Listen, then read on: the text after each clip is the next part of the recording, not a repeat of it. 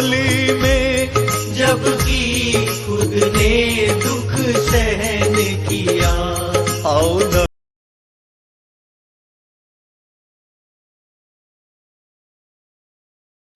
इसको 3 बार बोलते हैं, इसका उच्चारण 3 बार करते हैं। बुद्धम शरणम गच्छामि, धम्मम शरणम गच्छामि, संघम शरणम गच्छामि। और पाली भाषा में हम बोलेंगे द्वितीयम्पि बुद्धम शरणम गच्छामि, धम्मम शरणम गच्छामि, संघम शरणम गच्छामि। फिर जब तीसरी बार उच्चारण करते हैं तो इसको बोलते हैं तृतीयम्पि बुद्धम शरणम गच्छामि, धम्मम शरणम गच्छामि, संघम शरणम गच्छामि। मैं बौद्ध की शरण में जाता हूँ, मैं धर्म की शरण में जाता हूँ, मैं संघ की शरण में जाता हूँ।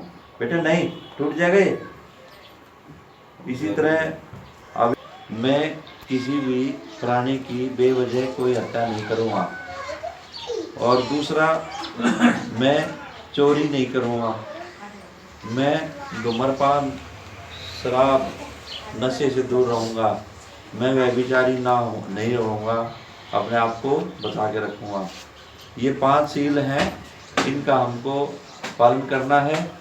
और आप यहाँ जितने भी बच्चे आए हैं, जितने भी अनुयायी हैं, इसका अनुसरण करेंगे।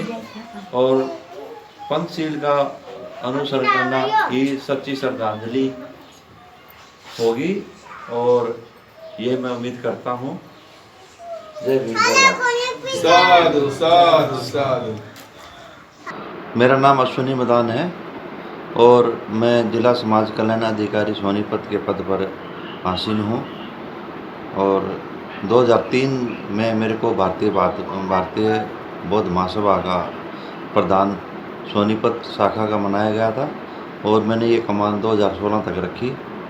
और बुद्धिस्ट हैं, हेडराइज हैं, पिता एक्सिन बिजली बोर्ड से रिटायर्ड हुए 1996 में। और रिटायर सेवानिवृत्त होते ही उन्होंने बहुजन समाज पार्टी ज्वाइन की और पार्टी ने उनको मंडल अध्यक्ष, रोहतक मंडल का अध्यक्ष बनाया और वो इस पद पर 10 साल रहे।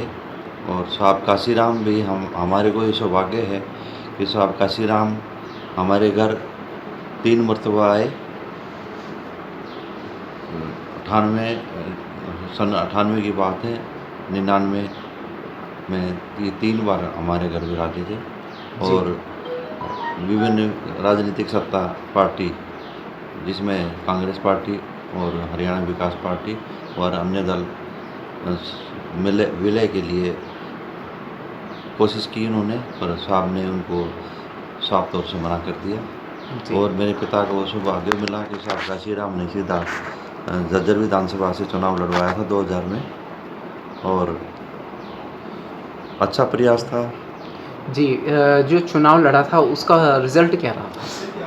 उसमें तो 2 ही बात होती है, या हार होती है, जीत होती है। पहला चुनाव था, पहला चुनाव तो हारने के लिए ही होता है। जी, 982 वोट आई थी। हमने वोट नहीं, हमने तो हाथी इकट्ठे करने थे। 981-82 जो हाथी हमने इकट्ठे किए थे। एक विचारधारा वो का बीज गिरा था। और हरियाणा में तो अभी बीज तो गिरा था, परंतु पनपा नहीं वो, जैसे उत्तर प्रदेश में हुआ था 3 बार सत्ता प्राप्त की। तो यानी काफ़ी प्रयास हरियाणा में बसपा को लाने के हो चुके हैं, संबद्ध भी हैं। जी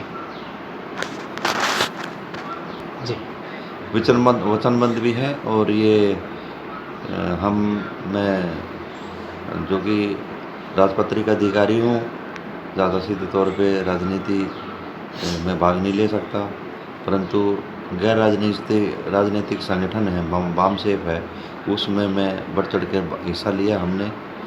और जहाँ पर भी बैठक होती थी वहीं हम जाते रहे हैं। और कैडराइज हैं, अम्बेडकरवादी हैं और अब तो विचारधारा ब्लड में आ चुका है। हम इसमें थे, रहेंगे और विचारधारा को आगे बढ़ाएंगे, यही मेरा एक दृढ़ निश्चय है। जी, हरियाणा में हम अपनी सरकार, जैसे आपने कहा हम प्रयासरत हैं, लगातार कैडराइज भी हैं, लेकिन अब क्या उम्मीद की जा सकती है कि हरियाणा में बसपा की सरकार आ सकती है? वर्तमान में देश के हालात बिगड़ रहे हैं। मैं इस बारे में कमेंट नहीं करूँगा क्योंकि मैं अभी राजपत्रित का अधिकारी हूँ। जी जी जी इस बारे में मैं कोई कमेंट नहीं करूँगा। जी जी, शुक्रिया सर, धन्यवाद। इंडी क्राइम न्यूज़ चैनल पे आप रूबरू है दर्शकों से।